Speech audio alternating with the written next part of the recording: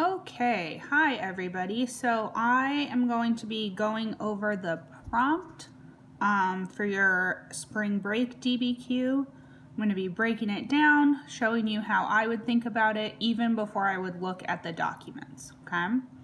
So I'll come back and do another video about the documents, but for now I'm just going to focus on what the prompt is, okay? So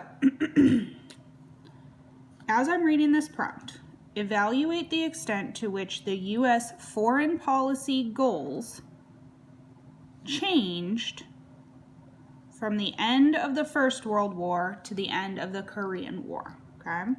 So, if I'm going to think about this prompt, first of all, I'm going to pay careful attention to this word goals. I'm not going to just talk about what the foreign policy was. I'm actually going to talk about what their goals were in pursuing that foreign policy, okay? I also see the word changed, which helps me realize that this is a CCOT prompt, okay?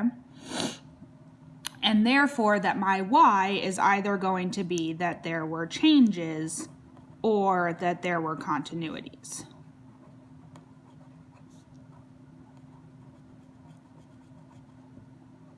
Okay? So for me, when I'm planning a CCOT prompt, what I like to do is I like to make a timeline. Okay, so we're gonna move down to the bottom here. I'm going to make a timeline, and I'm going to put the beginning of the time period on one end, which would be 1918, and I'm going to put the end of the time period, which would be 1953, on the other end, okay? I like to put my changes on the top of the timeline and my continuities on the bottom. Okay.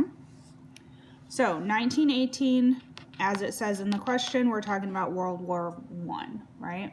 And so we're talking about making the world kind of safe for democracy. Okay, cool. Thanks, Wilson.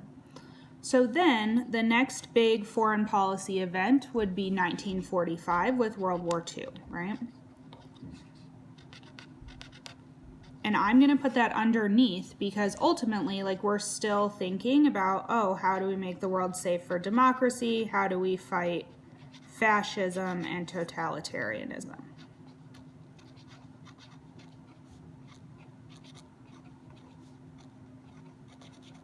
Okay. But then, as you guys know and have hopefully started reading about, is that after 1945, we see a shift because we move into the Cold War, right?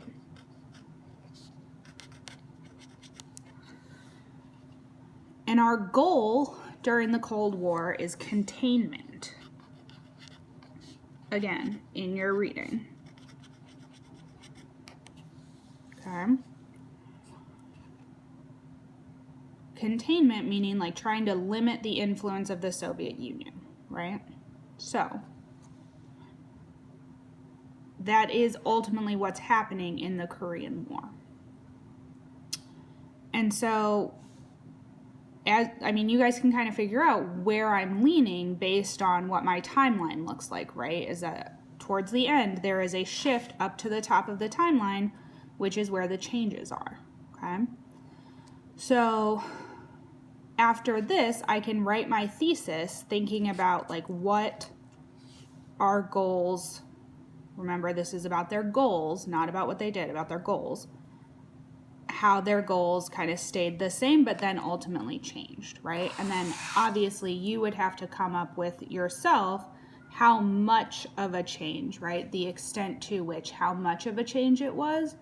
But I do think that once you have kind of made this type of timeline, you can really start to figure out where you fall in terms of what your thesis would be, okay? And remember that ultimately you are going to either argue that it was a big change or that it was really a small change and more of a continuity, okay?